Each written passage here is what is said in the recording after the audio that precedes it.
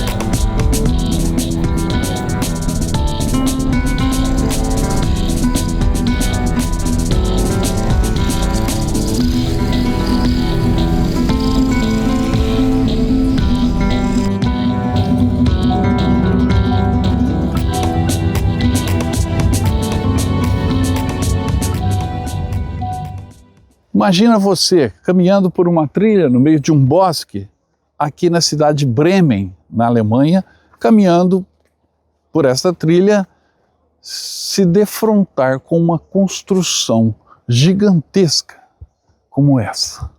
Olha o tamanho disso. E este é um bunker da Segunda Guerra Mundial. Mas não é um bunker qualquer. Hoje ele é conhecido como Bunker Valentin. É um local onde 10 mil trabalhadores forçados construíram um bunker gigantesco e lá dentro eram fabricados os temidos U-Boot alemães, ou seja, os submarinos alemães da Segunda Guerra, tanto o tipo 7 como os novos submarinos tipo 21, que poderiam revolucionar a guerra submarina. Dentro deste bunker, 10 mil trabalhadores construíram uma das mais temíveis armas da Segunda Guerra Mundial. E mais de 1.600 morreram nesse trabalho. Então este local de desenvolvimento tecnológico era também um local de morte, tanto causado pelo trabalho, quanto também por aquele estrago pelos ataques dos U-Boats alemães. Mas, quando o bunker estava no auge da sua produção, ele obviamente foi alvo de ataques de aviões aliados. Mas os ataques não conseguiam penetrar essa estrutura tremenda, reforçada. E foi preciso desenvolver uma bomba especial para finalmente penetrar na estrutura de aço e concreto do Bunker Valentin. Você vai saber dessa história hoje aqui no canal. Durante a Segunda Guerra Mundial, enquanto os céus da Europa eram rasgados por bombardeiros aliados e os mares se tornavam um campo de caça mortal, a Alemanha nazista apostava sua sobrevivência em uma arma que havia aterrorizado o mundo, o submarino, ou como eles dizem, U-Boat, que quase estrangularam as rotas marítimas britânicas nos primeiros anos de guerra. Mas, à medida em que o conflito avançava, e o poder aéreo aliado tornava impossível produzir submarinos em segurança, foi preciso criar um refúgio, uma fortaleza impenetrável e capaz de continuar fabricando as armas do Reich, mesmo sob fogo inimigo.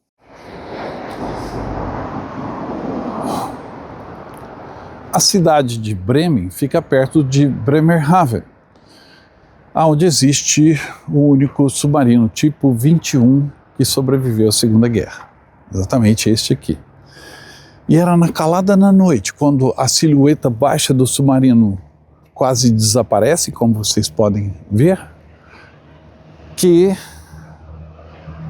as peças para a montagem dos submarinos tipo 21 no Bunker Valentin eram movidas, mesmo porque havia uma campanha de bombardeiros aliados que eram enviados para bombardear Bremen e Bremerhaven. Então, a esperança de Hitler estava neste submarino, no tipo 21. E por isso ele construiu o bunker Valentin, esse enorme complexo, ou esse enorme bunker, para produzir o tipo 21. Parte da produção foram para minas abandonadas em montanhas remotas. Para a outra parte, foi desenvolvido um sistema de segurança, os bunkers, que abrigariam parte da produção industrial, principalmente dos submarinos, pois estes precisavam estar próximos dos portos para partirem. Assim nasceu o bunker Valentin, às margens do rio Weser, próximo a Bremen, no norte da Alemanha. Um projeto colossal iniciado em 1943, no auge da Guerra Submarina. Caminhar ao lado do bunker nos traz a dimensão que era essa instalação. Paredes muito espessas, capazes de resistir a qualquer armamento daquela época. Tanto é que foi desenvolvida uma bomba especial para conseguir perfurar o teto e atingir e paralisar a produção dos submarinos que se iniciavam. Isso dá uma dimensão da importância que a fábrica aqui dentro do bunker tinha durante a guerra e o temor dos aliados, especialmente os britânicos, do que poderia sair daqui.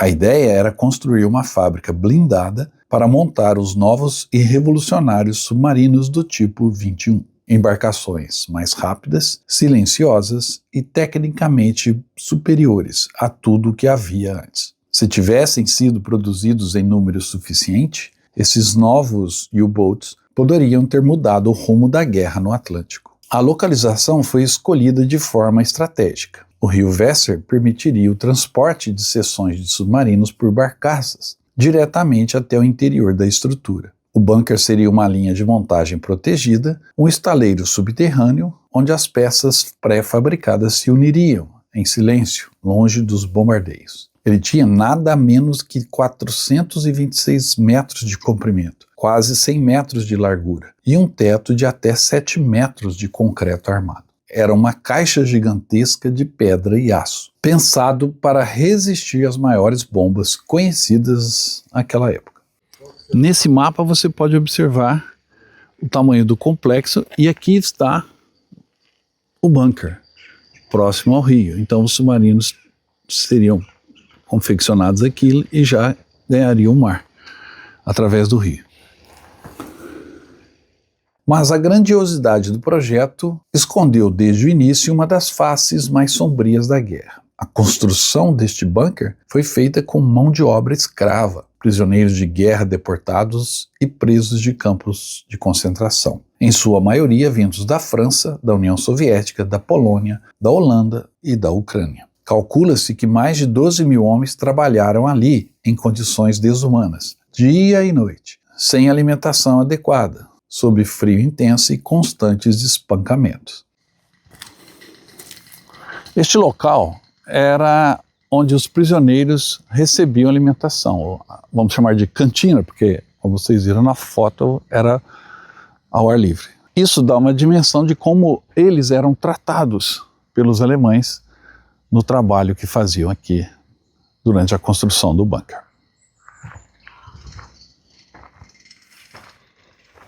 Dos 12 mil homens que ali trabalharam, 1.600 morreram de exaustão, doenças ou nas mãos dos guardas. Os campos de trabalho vizinhos, como o subcampo de Farge, pertencente ao campo de Neuengamme, alimentavam diariamente o canteiro de obras do bunker com nova mão de obra forçada. Os prisioneiros eram obrigados a carregar toneladas de concreto, moldar o aço, perfurar o solo e erguer paredes que pareciam engolir a luz do dia. As jornadas ultrapassavam 12 horas e a promessa de liberdade jamais vinha. O bunker crescia como um monumento à dor.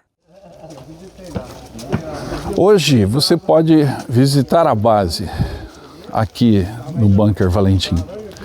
Existe um programa de visitação, mas vê-la assim em silêncio e imaginar como ela funcionava nos dá uma sensação de estar realmente fazendo uma viagem na história.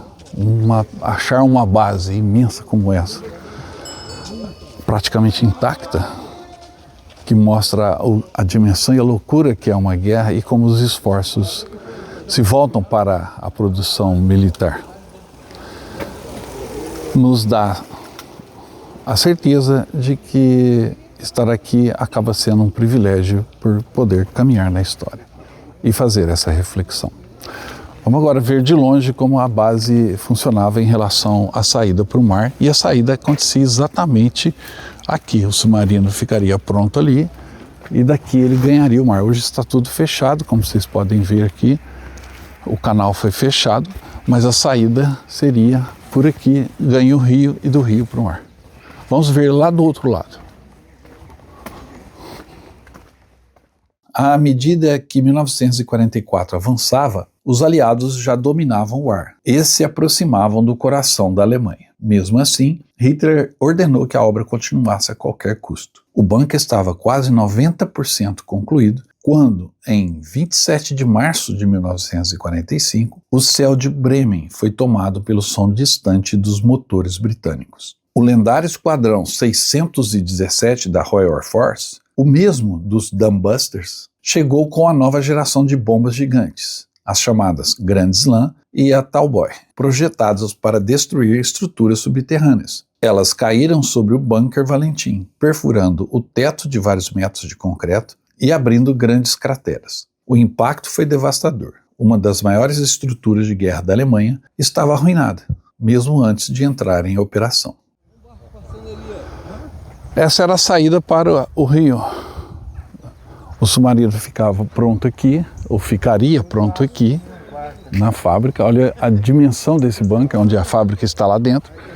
Então ele sairia por aquela portal e ganharia o rio, e daqui iria em direção ao oceano, atacar os comboios dos aliados. Daí a importância estratégica da destruição desse bunker antes que os submarinos ganhassem o mar.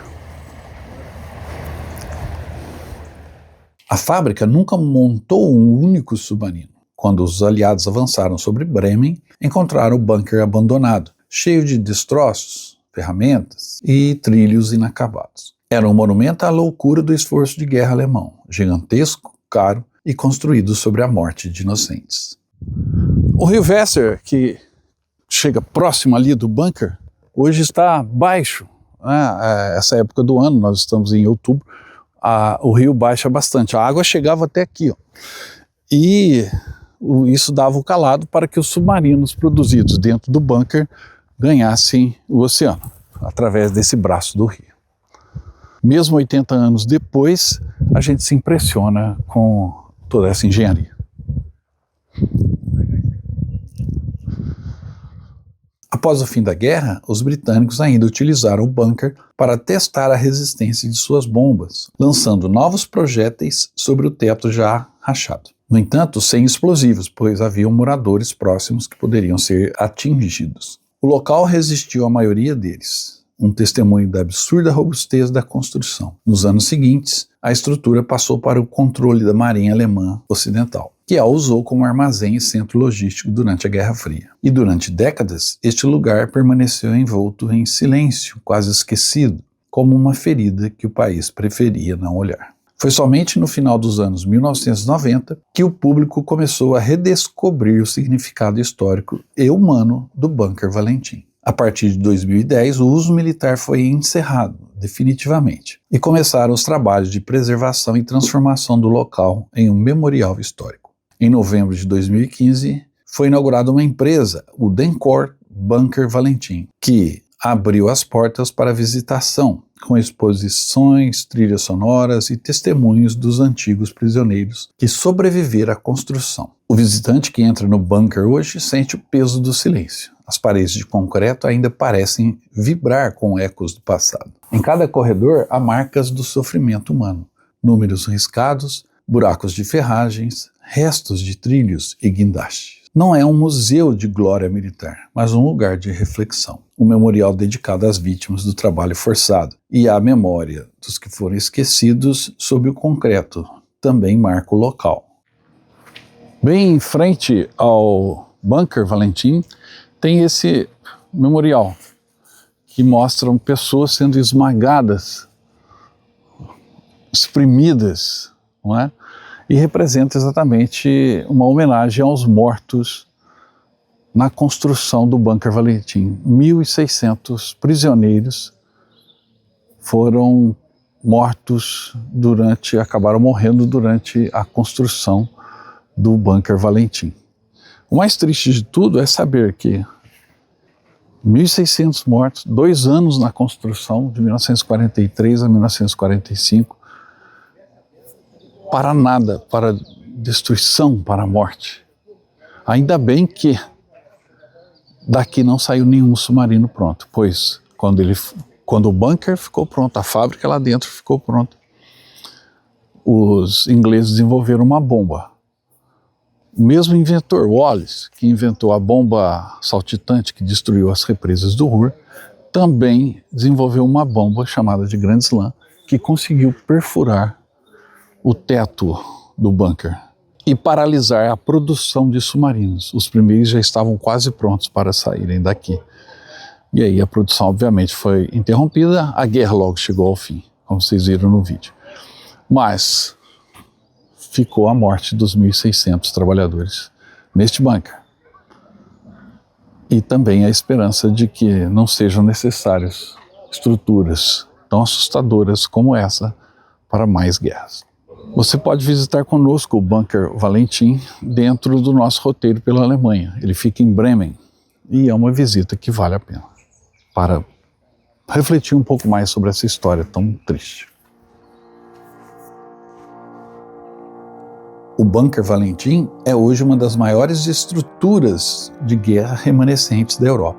Sua escala impressiona, mas o que mais marca é a atmosfera, uma sensação de frio e sombra, que parece conter toda a tragédia do século XX. Ali, entre paredes de 7 metros de espessura, o ser humano foi reduzido a uma engrenagem, a uma força de trabalho descartável a serviço da destruição.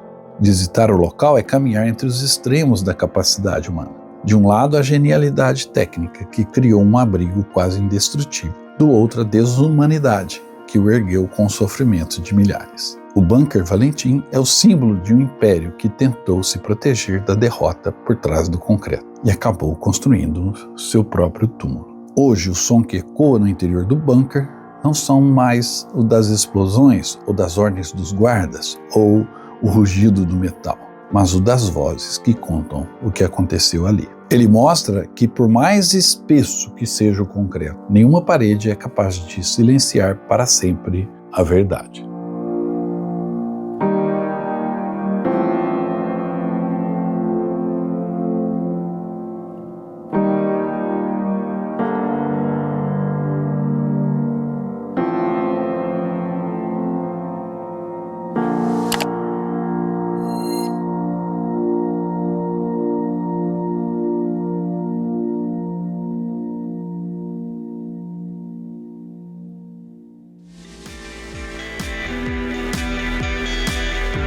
Viu só? Essa aí é a nova camisa da promoção do canal Viagem na História.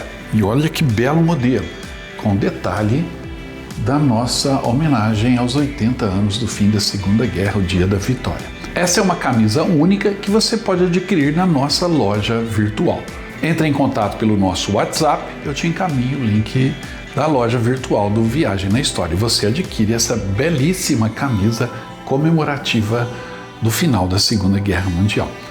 E tem mais, adquirindo a camisa, você vai ganhar um cupom que vai te dar um número para um sorteio pela Loteria Federal de um pacote de viagens do Viagem na História. Ou seja, você vai poder ir conosco para a Europa visitar os campos de batalha mais famosos da Europa, ok? Entre em contato, garanta a sua camisa e boa sorte!